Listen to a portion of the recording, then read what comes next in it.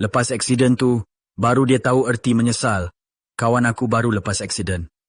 Tak teruk sangat pun. Makcik reverse kereta, langgar pintu dia masa nak keluar parking. Kereta makcik tu okey. Kereta dia? Pintu kemek, cala, cat tercabut, tak boleh tutup rapat.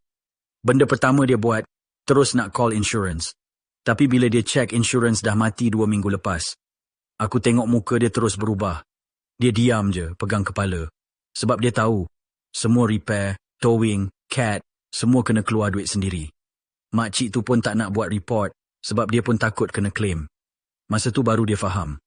Benda simple macam tak renew insurance boleh buat poket bocor, lagi-lagi masa tengah tak ready langsung. Dia sendiri cakap kat aku, bukan aku tak mampu nak renew bro, aku cuma lupa. Aku ingat sempat lagi. Sekarang dia dah serik. Dia jumpa seorang ejen yang urus semua. Dari renew sampai hantar road tax. Tak payah keluar rumah. Semua online. Yang paling penting, siap bagi reminder sebelum mati. Aku pun pakai servis sama sekarang.